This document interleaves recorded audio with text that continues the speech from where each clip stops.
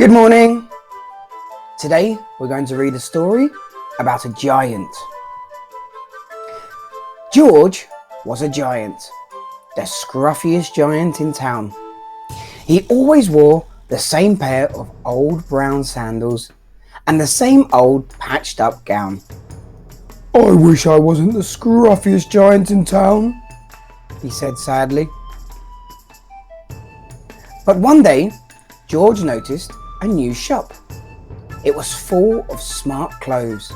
So he bought a smart shirt, a smart pair of trousers, a smart belt, a smart stripy tie, some smart socks with diamonds up the side, and a pair of smart shiny shoes.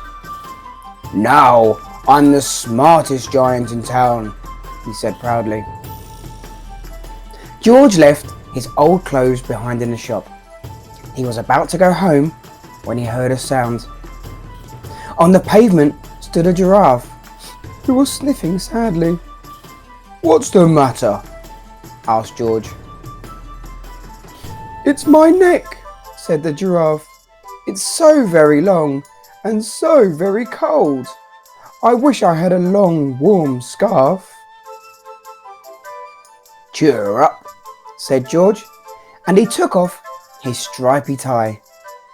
"It didn't match my socks anyway," he said, as he wound it round and round the giraffe's neck. It made a wonderful scarf. "Thank you," said the giraffe. As George strode towards home, he sang to himself, "My tie is a scarf for a cold giraffe, but look me up and down, I'm the smartest giant in town." George came to a river. On a boat stood a goat who was bleating loudly. "What's the matter?" asked George. "It's my sail," said the goat. "It blew away in a storm. I wish I had a strong new sail for my boat."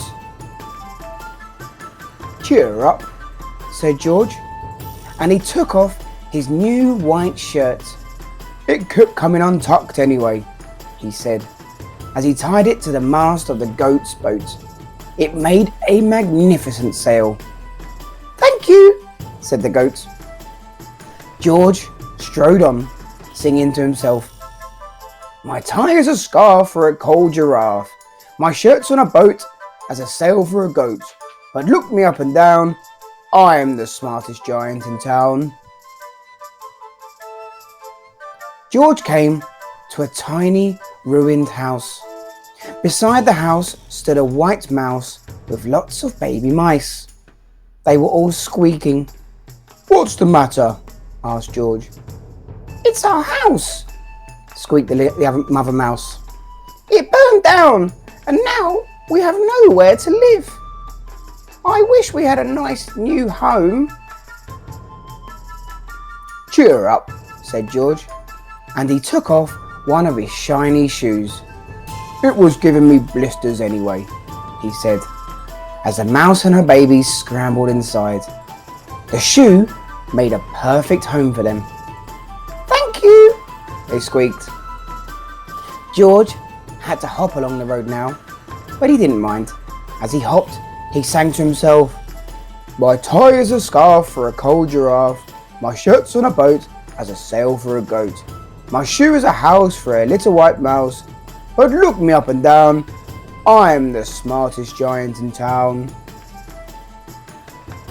George came to a campsite. Beside a tent stood a fox who was crying. "What's the matter?" asked George. "It's my sleeping bag," said the fox. "I dropped it in a puddle. I wish I had a warm, dry sleeping bag." "Cheer up," said George, and he took off one of his socks with diamonds up the sides. "It was tickling my toes anyway," he said, as the fox snuggled into it. It made a very fine sleeping bag.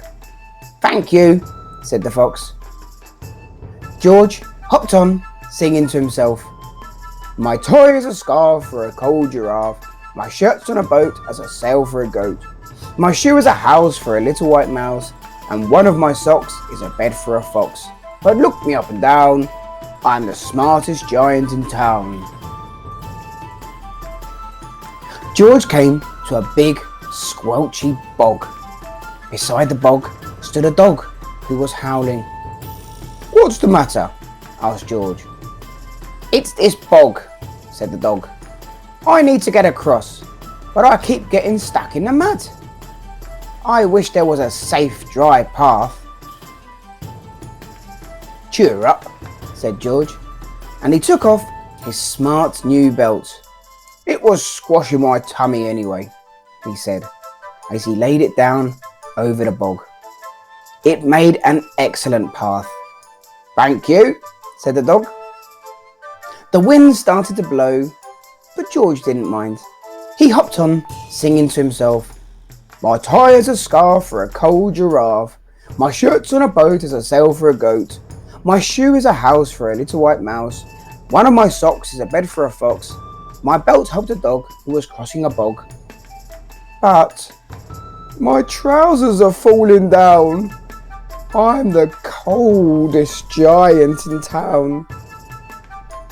Suddenly, George felt sad and shivery and not at all smart.